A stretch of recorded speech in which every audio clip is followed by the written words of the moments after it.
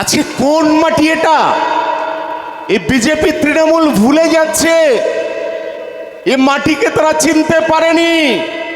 রামকৃষ্ণ পরমহংসদেব, নিশ্চয়ই নাম শুনেছেন আপনারা। রামকৃষ্ণ পরমহংসদেব গুরু আদেশ পেয়ে প্রথমে মসজিদে ছুটে গিয়েছিলেন, গোটা কোরআনটাকে পাঠ করেছিলেন, তারপরে মন্দিরে গিয়ে গীতা পাঠ করেছিলেন, রামায়ণ পাঠ করেছিলেন, বাইবেল পাঠ করেছিলেন।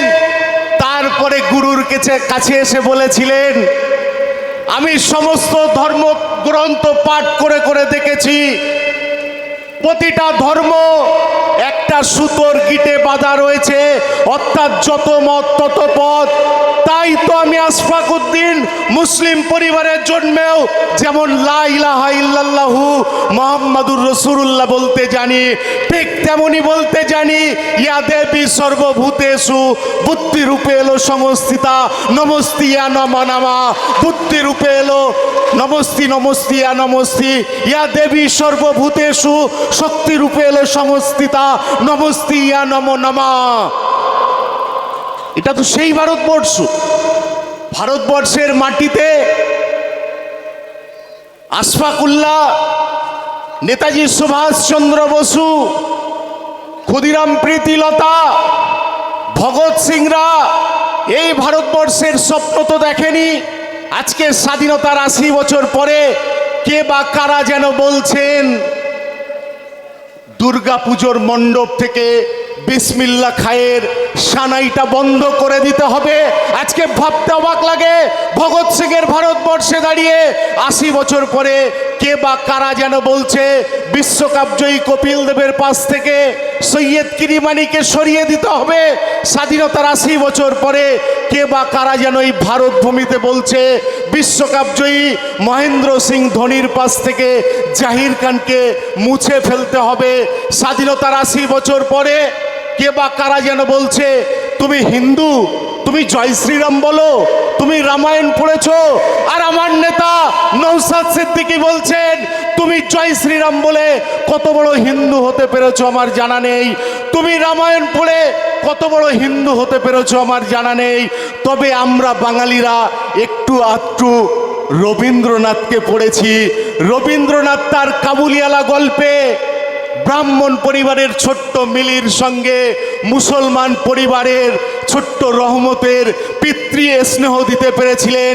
এটাই বাংলা তথা ভারতবর্ষের কৃষ্টি কালচার, সংস্কৃতি, ঐতিহ্য।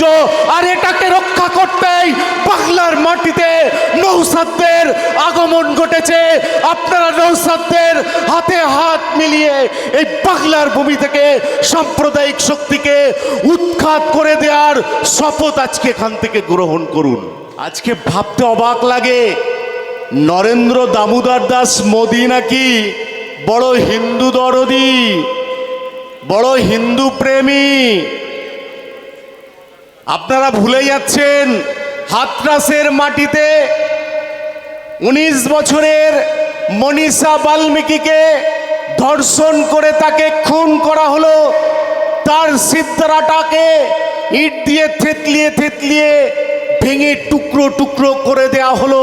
তার পরিবার যাতে সৎ কার্য পর্যন্ত না করতে পারে, ওই মনীষা বাল্মীকির জিহ্বাটা টেনে হিঁচড়ে বার করে নেওয়া হলো। তারপরে তার নগ্ন দেহটাকে পেট্রোল ঢেলে দিয়ে জ্বালিয়ে পুড়িয়ে দেয়া হলো। এই নরেন্দ্র মোদি নাকি রেখা পাত্রকে ২৪ সালে ফোন করেছিলেন। এ কোন রেখা, সরল রেখা না বক্র রেখা আমরা জানি না, কিন্তু হাতরাসের মনীষা বাল্মীকিও ছিল একটি হিন্দু পরিবারের কন্যা।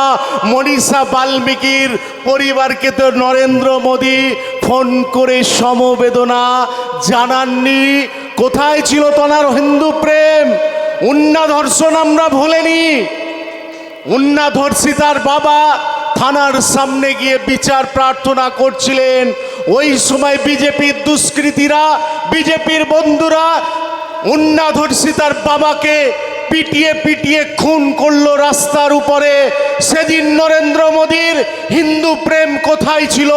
একটিও ফোন করে সমবেদনার কথা ওই হিন্দু পরিবারকে জানাতে পারেননি।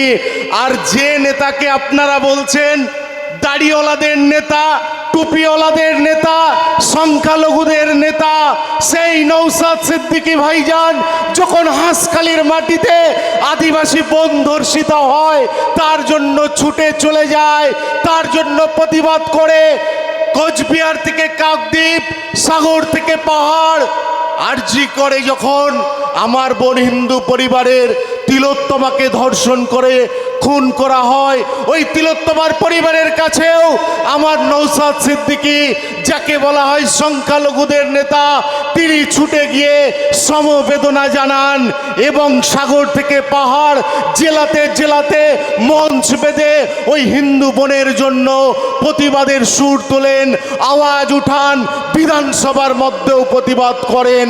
সেই নওশাদ সিদ্দিকীর খাম চিহ্নে ভোট ভিক্ষা চাইতে এসেছি, ভোট ঋণ চাইতে এসেছি। আজকে ভাবতে অবাক লাগে, ভারতবর্ষের মাটিতে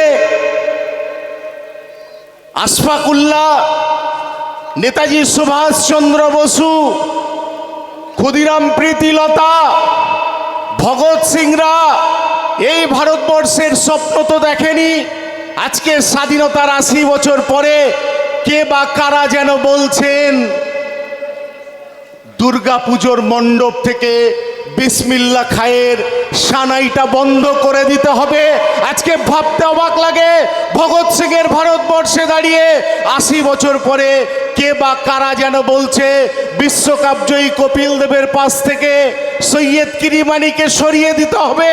স্বাধীনতার ৮০ বছর পরে কে বা কারা যেন এই ভারত ভূমিতে বলছে বিশ্বকাপ জয়ী মহেন্দ্র সিং ধোনির পাশ থেকে জাহির খানকে মুছে ফেলতে হবে। স্বাধীনতার ৮০ বছর পরে কে বা কারা যেন বলছে তুমি হিন্দু, তুমি জয় শ্রীরাম বলো, তুমি রামায়ণ পড়েছো। আর আমার নেতা নওশাদ সিদ্দিকী বলছেন তুমি জয় শ্রীরাম বলে কত বড় হিন্দু হতে পেরেছো আমার জানা নেই, তুমি রামায়ণ পড়ে কত বড় হিন্দু হতে পেরেছো আমার জানা নেই। তবে আমরা বাঙালিরা একটু আধটু রবীন্দ্রনাথকে পড়েছি। রবীন্দ্রনাথ তার কাবুলিওয়ালা গল্পে ব্রাহ্মণ পরিবারের ছোট্ট মিলির সঙ্গে মুসলমান পরিবারের ছোট্ট রহমতের পিতৃ স্নেহ দিতে পেরেছিলেন। এটাই বাংলা তথা ভারতবর্ষের কৃষ্টি, কালচার, সংস্কৃতি, ঐতিহ্য। আর এটাকে রক্ষা করতেই বাংলার মাটিতে নওশাদদের আগমন ঘটেছে। আপনারা নওশাদদের হাতে হাত মিলিয়ে এই বাংলার ভূমি থেকে সাম্প্রদায়িক শক্তিকে উৎখাত করে দেওয়ার শপথ আজকে এখান থেকে গ্রহণ করুন। আজকে কোন মাটি এটা? এই বিজেপি তৃণমূল ভুলে যাচ্ছে, এই মাটিকে তারা চিনতে পারেনি। রামকৃষ্ণ পরমহংসদেব নিশ্চয়ই নাম শুনেছেন আপনারা। রামকৃষ্ণ পরমহংসদেব গুরু আদেশ পেয়ে প্রথমে মসজিদে ছুটে গিয়েছিলেন, গোটা কোরআনটাকে পাঠ করেছিলেন, তারপরে মন্দিরে গিয়ে গীতা পাঠ করেছিলেন, রামায়ণ পাঠ করেছিলেন, বাইবেল পাঠ করেছিলেন। তারপরে গুরুর কাছে এসে বলেছিলেন আমি সমস্ত ধর্মগ্রন্থ পাঠ করে করে দেখেছি, প্রতিটা ধর্ম একটা সুতোর গিটে বাঁধা রয়েছে, অর্থাৎ যত মত তত পথ। তাই তো আমি আশফাকুদ্দিন মুসলিম পরিবারের জন্মেও যেমন লা ইলাহা ইল্লাল্লাহু মুহাম্মাদুর রাসূলুল্লাহ বলতে জানি, ঠিক তেমনি বলতে জানি ইয়া দেবী সর্বভূতেষু বুদ্ধি রূপে এলো সংস্থিতা নমস্তি ইয়া নমঃ নমঃ। বুদ্ধি রূপে এলো নমস্তি নমস্তি ইয়া নমস্তি, ইয়া দেবী সর্বভূতেষু শক্তি রূপে এলো সংস্থিতা নমস্তি ইয়া নমঃ নমঃ। এটা তো সেই ভারতবর্ষ। নওশাদ বাবুরা, নওশাদ ভাইজানরা, বিমান বাবুরা এই বাংলাকে রক্ষা করার স্বপ্ন নিয়ে আপনাদের কাছে এসেছে আজকে। আপনারা সেই স্বপ্নকে বাস্তবায়িত করবেন তো 29 এপ্রিল? বাস্তবায়িত করবেন তো? কাশেম সিদ্দিকী বলছিলেন নাকি দত্তপুকুরের র্যালিকে বা বিভিন্ন জনসভাকে নাকি জনপুকুর। আজকে কাশেম সিদ্দিকীকে বলতে চাই, আপনাদের জনসভায় বিরিয়ানির প্যাকেট আর গাড়ির তেল খরচ না দিলে মাঠ ভরে না।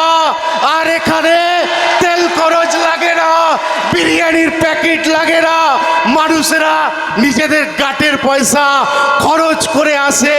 এটা তো সবে টেলার দেখছেন, টেলার, অর্থাৎ এ তো টেলারে পিকচার আমি বাকিয়ে 29 এপ্রিলের পরে পিকচার দেখা যাবে এই আমডাঙ্গার মাটিতে। আজকে এই বাংলার মাটিতে মমতা বন্দ্যোপাধ্যায়ের কাছে যখন মইদুল মিদ্দেরা বাংলার এমএসসি পাস, বাংলার বিএসসি পাস, এমএ বিএড ছেলেরা যখন চাকরির জন্য যাচ্ছে, তখন বাংলার মুখ্যমন্ত্রী বলছেন কি জানেন? আপনারা চপ তৈরি করুন, চপ বেচুন, ঘুগনি বেচুন। আজকে দত্তপুকুরের মাটিতে দাঁড়িয়ে ওই সমস্ত বেকার শিক্ষিত ছেলে মেয়েদের বাবা মা কাছে বিচার দিয়ে যাব, আপনার ছেলেটাকে লাখ লাখ টাকা খরচ করে পড়িয়েছেন, তার একটা আইডেন্টিটি হয়েছে, তার একটা পরিচয় হয়েছে, সে এমএসসি পাস, সে পিএসসি পাস। আজকে বলুন, আপনার ছেলেকে ঘুগনি বেচতে বলছেন, আপনার ছেলেকে চপ বেচতে বলছেন, এর বিরুদ্ধে হে মায়েরা, হে ওই সমস্ত শিক্ষিত বেকারদের বাবারা জবাব দেবেন না দেবেন না? এই প্রশ্ন চিহ্ন আপনাদের কাছে রেখে বিদায় নেব। আজকে বাংলার মাটি থেকে মীর জাফর কবরস্থ হয়েছে, কিন্তু বাংলার মাটিতে মীর জাফর শব্দটা আজও চলমান রয়েছে। কি বন্ধু, মীর জাফর শব্দ চলমান রয়েছে তো? আমার বিশ্বাস জাগে এই আমডাঙ্গার মাটি, এই বাংলার মাটি 26-এর নির্বাচনে বাংলার ভূমিতে তৃণমূলকে কবরস্থ করবে। কি করবেন তো নাকি? তৃণমূল কংগ্রেস কবরস্থ হবে ঠিকই, কিন্তু ওই মীর জাফর শব্দের মতো তৃণমূল নামক শব্দটাও বাংলার মাটিতে বহমান থাকবে। কি করে জানেন? আগামী দিনে অদূর ভবিষ্যতে বাংলায় যখন এলাকায় এলাকায় চোর ধরা পড়বে, আপনারা চোর ধরা পড়েছে বলবেন না, আপনারা বলবেন তৃণমূল ধরা পড়েছে। আর বাংলার মানুষ বুঝে যাবে যে চোর ধরা পড়ে গিয়েছে, অর্থাৎ বাংলার মাটিতে চোরের আরেকটি সমর্থক শব্দ হিসাবে তৃণমূল শব্দের আবির্ভাব হচ্ছে।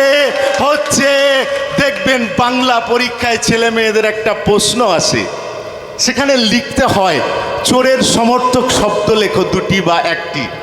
আগামী দিনে আমি দায়িত্ব নিয়ে বলছি, আমাদের ঘরের ছাত্র ছাত্রীরা চোরের সমর্থক শব্দ হিসাবে পরীক্ষার খাতাতে যদি লিখে আসে তৃণমূল তৃণমূল, তাহলে কোনো শিক্ষক ওর ওটাকে কেটে দিতে পারবে না, কারণ সেই শিক্ষকও জানে যে এই ছেলেটি এই মেয়েটি সঠিক লিখেছে, তাই একে ফুল মার্কস দিয়ে দিলাম। বুঝতে পারছেন কথা? আলোচনাটা পুরো চেঞ্জ করে দিলাম, যেহেতু সৌরভদা সব বলেছে। তো যাই হোক, শেষ করব। আরও বক্তারা আছে, আমাদের দাদা বিশ্বজিৎ দা বলবেন, তিনি প্রার্থী, আপনাদের আকাঙ্ক্ষিত মানুষ। নওশাদ ভাইজান উপস্থিত হচ্ছেন। একটি কথা বলেই শুধু শেষ করব আপনাদের কাছে। আজকে বাংলার মাটিতে আপনারা লক্ষ্য করেছেন বিজেপি আর তৃণমূলের আঁতাত। বিস্তারিত বলতে গেলে সময় লেগে যাবে। আজকে মনে রেখে দেবেন বন্ধু, এই বাংলার মাটিতে তথা ভারতবর্ষের মাটিতে যদি পদ্ম ফুল যেতে বাবুল মন্ত্রী হয়, আর জোড়া ফুল জিতলেও বাবুল মন্ত্রী হয়, তাই বাংলার মানুষ এই দুটি ফুলকেই বয়কট করার শপথ নিয়ে ফেলেছে, সাথে আমডাঙ্গার মানুষেরাও আজকের শপথ নিচ্ছে বাংলার মাটি থেকে ঘাসফুল ও পদ্ম ফুল বয়কট করলাম। আগামী দিনে এই বাংলার মাটিতে নতুন করে আর এক বুদ্ধদেবের দায়িত্ব দিতে হবে, আর একজন বুদ্ধদেবের হাতে বাংলার সরকার তুলে দিতে হবে, যিনি এই বাংলার মাটিতে দাঁড়িয়ে বলবে যদি কেউ বাংলার মাটিতে সাম্প্রদায়িক কথাবার্তা এখানে বলেন তাহলে মনে রেখে দেবেন আমি রাজ্য সরকার, আমি বুদ্ধদেবের উত্তরসূরি, আমি জ্যোতিবাবুদের উত্তরসূরি হয়ে বলছি এই বাংলার মাটিতে যদি কেউ মন্দির মসজিদের কথা তোলে তার মাথাকে ভেঙে খান খান করে গুড়িয়ে দেব। এই কথা বলার সাহস যে রাখে সেই বামপন্থী বন্ধুদের হাতে এই বাংলা তুলে দেওয়ার শপথ আজকে এখান থেকে নিয়ে আপনারা ঘরে যাবেন, এই আশা আকাঙ্ক্ষা বলে রেখে আপনাদের কাছে আমার ক্ষুদ্র কথা শেষ করছি। আইএসএফ তথা ইন্ডিয়ান সেকুলার ফ্রন্ট জিন্দাবাদ, সকলকে সংগ্রামী অভিনন্দন।